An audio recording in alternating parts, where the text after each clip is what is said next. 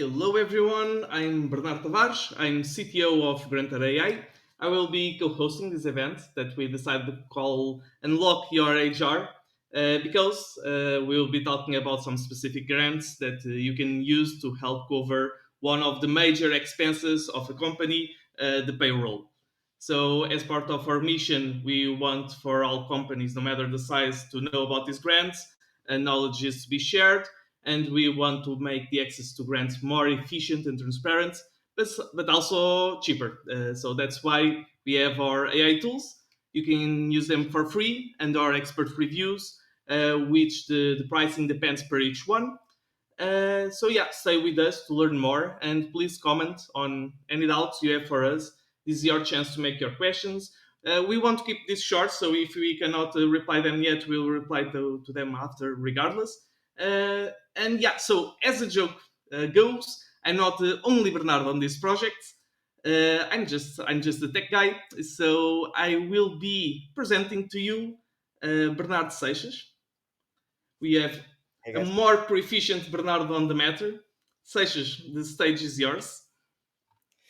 Hello guys, my name is Bernardo Seixas. I'm the CEO of Granter, and I'll be sharing with you some grants regarding HR, as Tavares said. I want to make this quick, short, painless. Uh, please bear with us, and if you have any questions, like Tavares said, please just share them in the comments or in the chats, and we'll get to them. If we don't end up getting to your questions, please reach out to any of the Bernardos in the Granter.ai team, either through LinkedIn or whatever you want, and we'll definitely get back to you. Okay, so let's get started. Okay, so first of all, let me share a little bit about Granter.ai. So, who the hell are we? We are an AI-powered platform with two main value propositions. First of all, we help small companies find grants and other funding opportunities.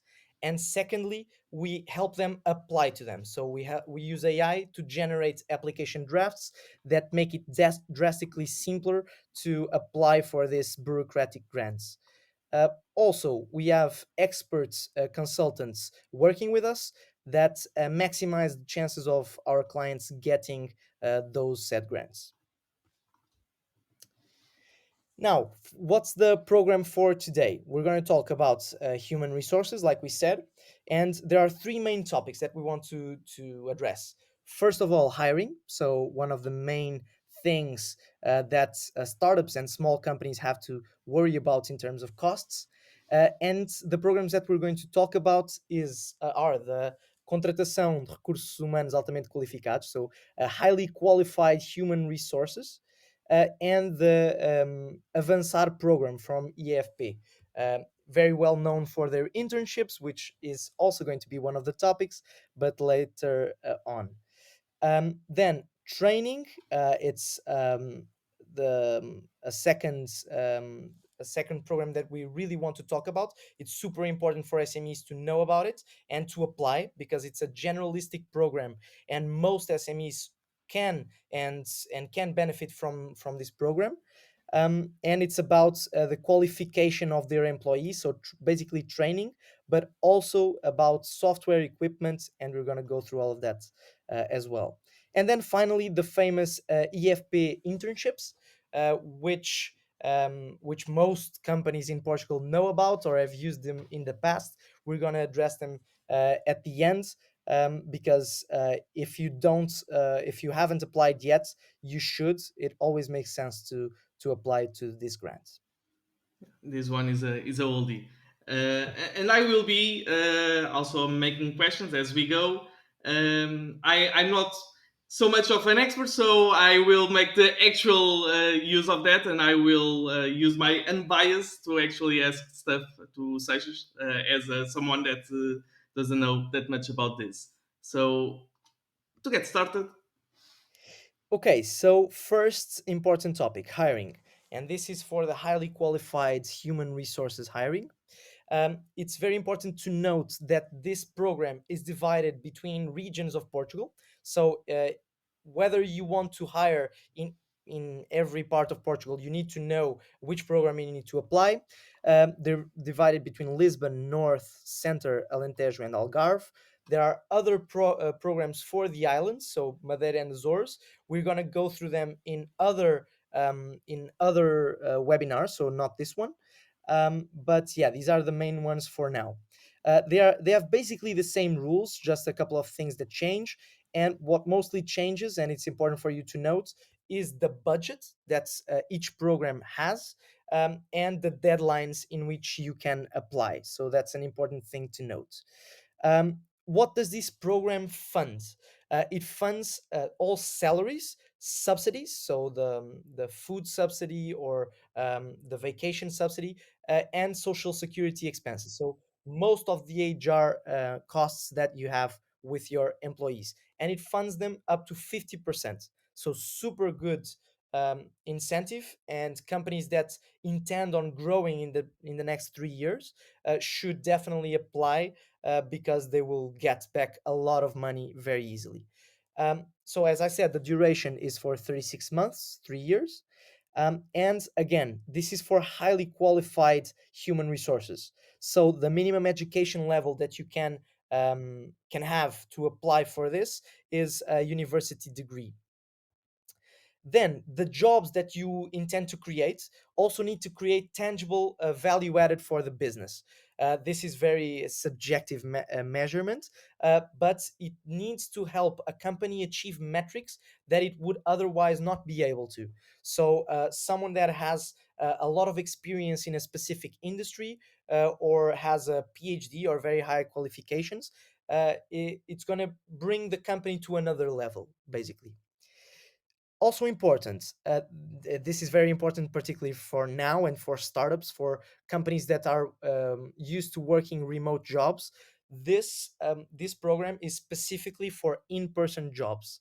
This doesn't mean you cannot do hybrids, but in terms of legality, it will be an in-person job. You have to have that in the contracts, and you have to apply for the region in which the address of that contract is in. So if you want to hire people in Lisbon, you'll put in a contract Lisbon, then you would apply for the Lisbon program.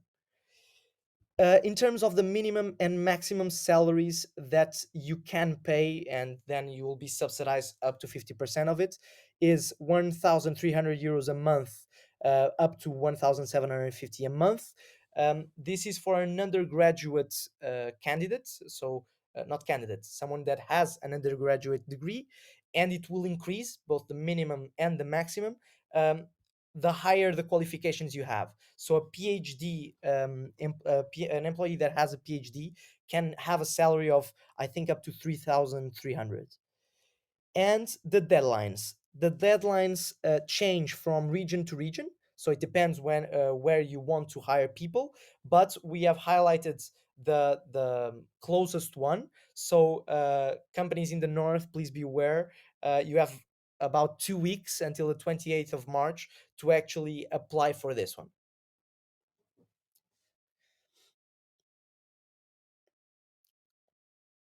Cannot hear you, Tavares. You're mute. Sorry. Thank you. Is this one of those that has several closing dates? It depends on the region. So there are specific ones, for example the north, which has a cutoff date right now in March and isn't supposed to happen again. But there are other regions that there are several dates, so it's a little bit more flexible. The north one is the Okay. one we need to watch out about. Lisbon, I So think, the only has one deadline as well, but is later on. It should be around May. okay. Is there a limit to the number of people I can add here? No, there is no limits on people in which you can apply to, so job positions. But just remember, this is important. You shouldn't make an application for 50 job positions and then you just hire three, because you will be measured on impact metrics that are supposed to be achieved with these people. And if you don't achieve these metrics, if you are very far from the goals that you've set off in the beginning and you've got your application approved, then you might be penalized and you might have to give the money back. So beware, try to be as accurate as possible, and sometimes you might even want to be conservative in your hiring expectations. Okay. So, considering our many of our clients are startups or scale-ups at this stage, and they are probably planning like I don't know, maybe 2 or 3 years from now, and maybe fundraising for that. Would it make sense to get these grants, even though we don't know what the future is headed, how many people we're going to have? Uh, if we take that conservative approach, maybe.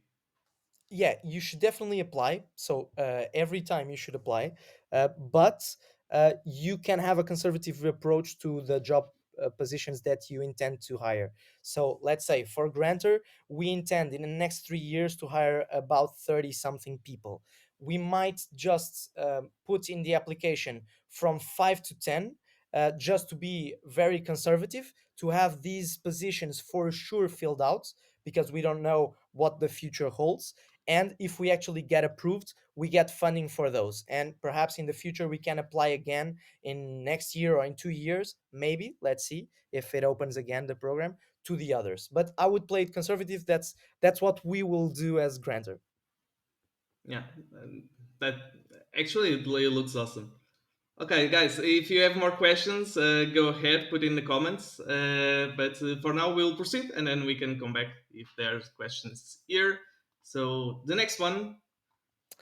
So, second program for regarding hiring, it's the EFP program Avançar. So, not to be confused with the internships, and it's to subsidize hiring for a minimum period of 24 months. So, a contract of 24 months minimum.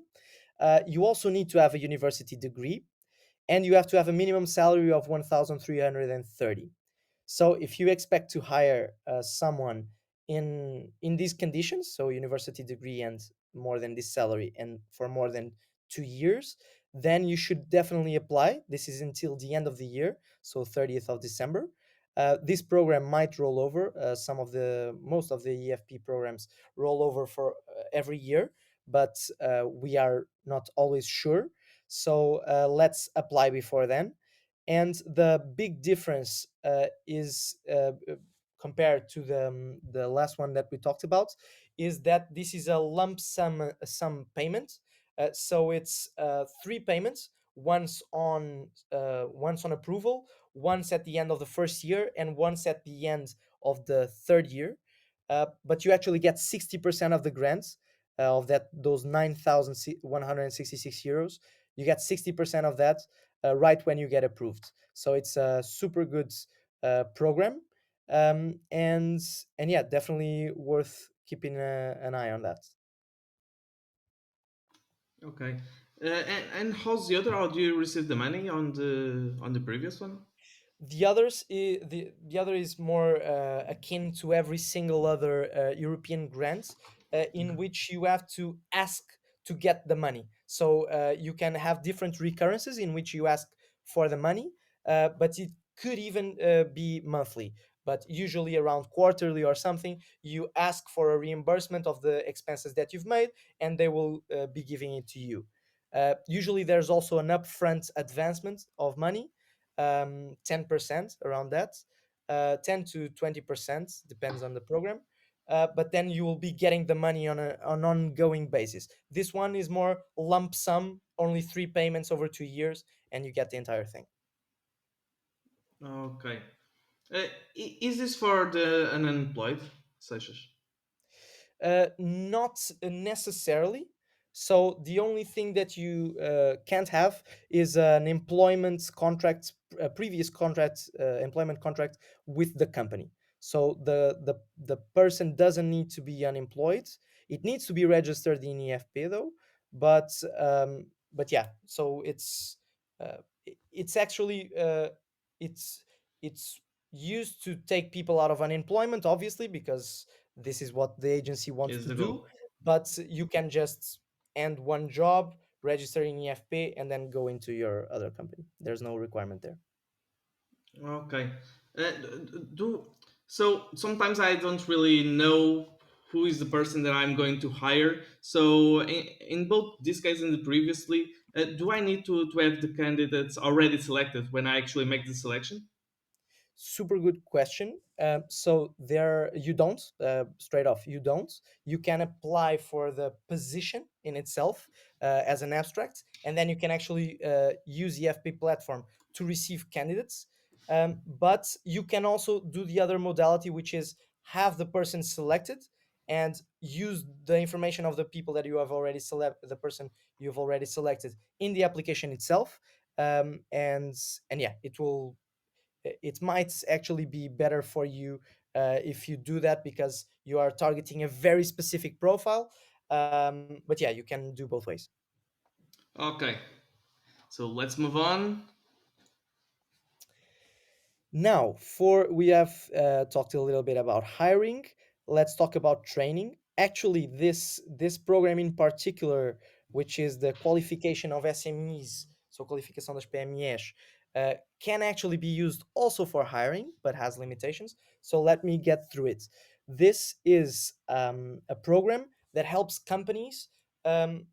So funds activities that help companies be more competitive in their industry. So it funds as the same percentage as the first one that we've talked about. So 50% of these expenses. And these expenses can be stuff like, for example, training and certifications. So the topic of conversation, everything that you want to, if you want to qualify your employees to become better and more competitive, this funds it 50%.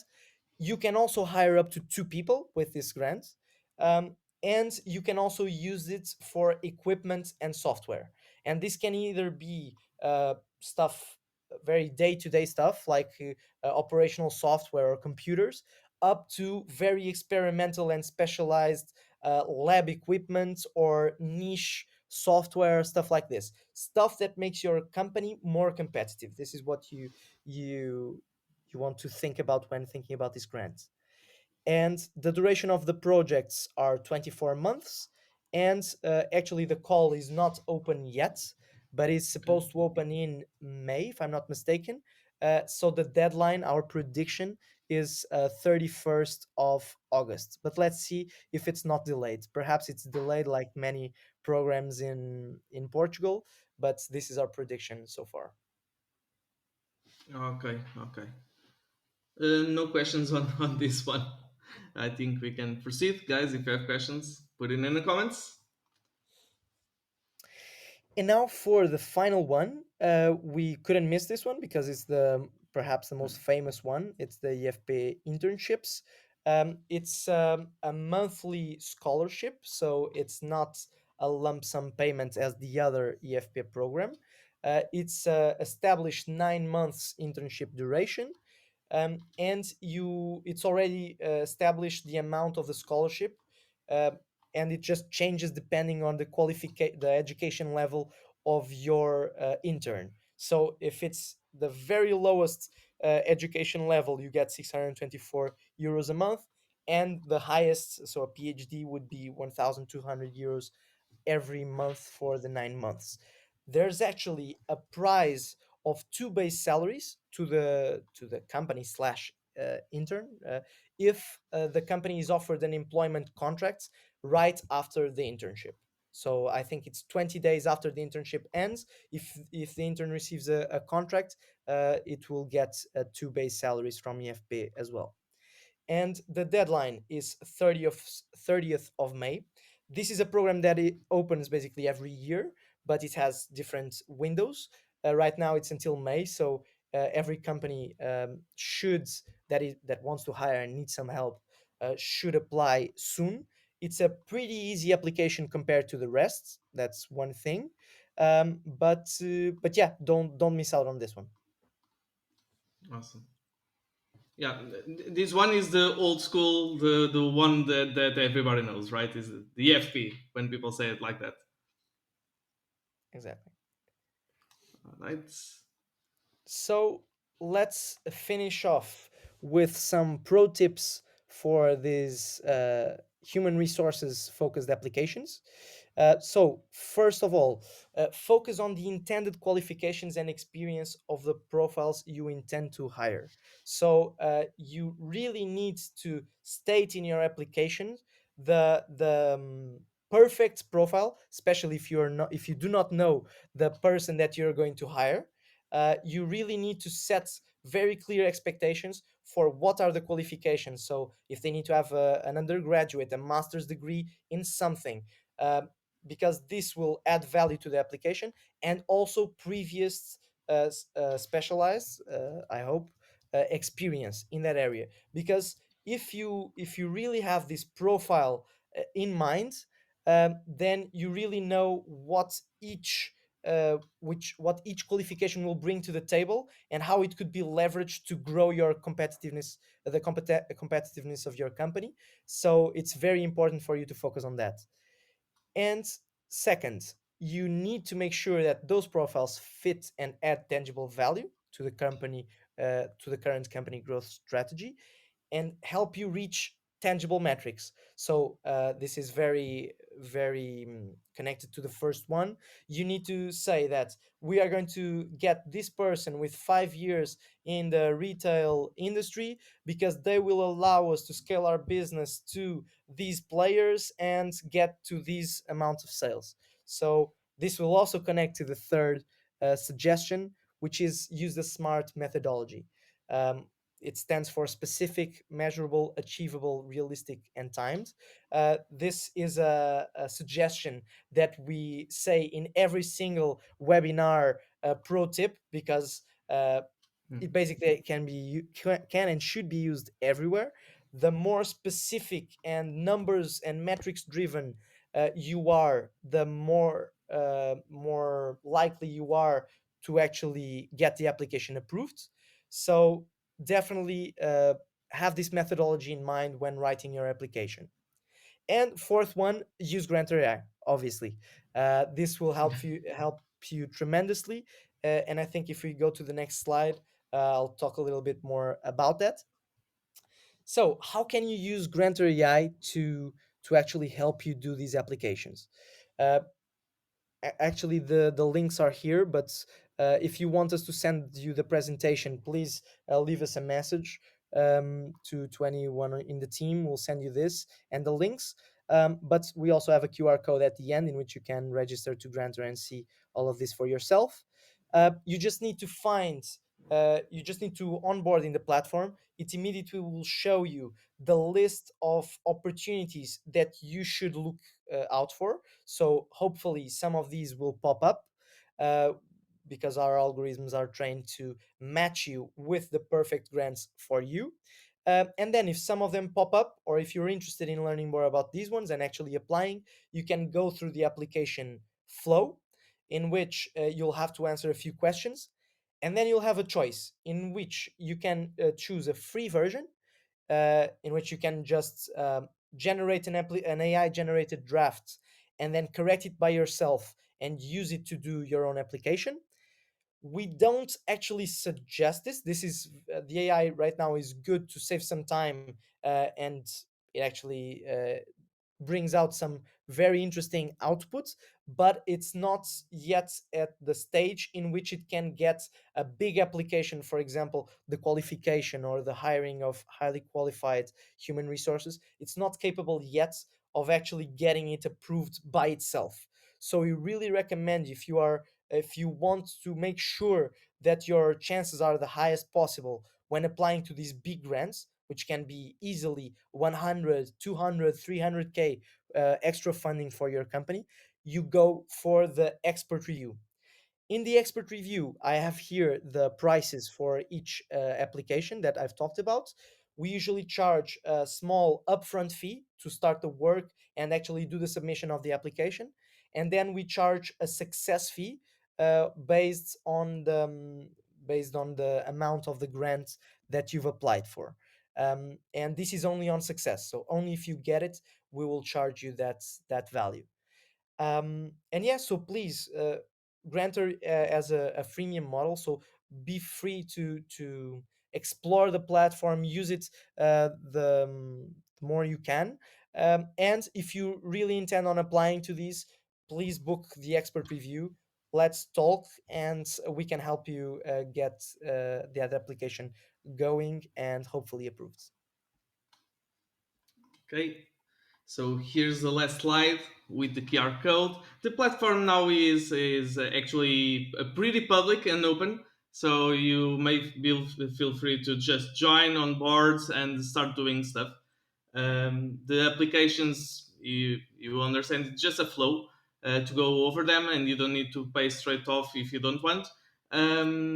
You could even apply by yourself. It's just that we cannot really recommend it because it's AI, so we don't really know what the AI is going to output every time. But still, I think it's a good starting point. It saves a lot of time, and that's exactly what you are doing. Regardless, for any of these, each one has a different pricing, as Sasha said. So you can proceed and ping us there, and then we'll schedule a call and figure things out. I think we said everything, no, Sasha? I think so. So if there's any question here, please let us know and we'll answer it. And just a reminder that we're doing one of these lives and webinars with specific partners for every single vertical that we have. So if there's any other grants that we haven't mentioned here, please look at the schedule on our LinkedIn page. And I don't know if you were going to talk about this, Tavares, but we'll have one about R&D, about manufacturing, about internationalization. So if any of those topics relate to you, definitely look out for those. Exactly. The next one is going to be about co-investment. So Sasha can tell you maybe a bit more than I can. Yeah, so the next one about co-investment is for the startups in the batch, which is about CFeed funds and about the deal by deal program of Banco do Fomento. So ways that can help you leverage public funding in some way to actually help you fundraise for your startup. So so yeah, it's probably the best ways that, or almost the only ways that you can fundraise right now in Portugal. So if you are fundraising, definitely go see that. Yeah. And then by order is R&D, so CFTech incentives, not the funds. ID grants, then is the manufacturing one. We're going to do one specifically for Azores, which is going to be fun. Then growth, so international and scaling. And then we're also going to do a basic one about EU funding and about specifically EIC, which is always good to have a grasp on how it works. Yeah, those European grants, very tough, very challenging. The Champions League of grants. So yeah. So I think this is it. At least last time I saw, there were not really any comments at all. If any pops up, that's okay. We can just go there and answer. We want to be useful for you guys, and anything you just can go to Granter.ai and go from there. Yeah, perfect. Thank you guys. Cheers. Bye bye.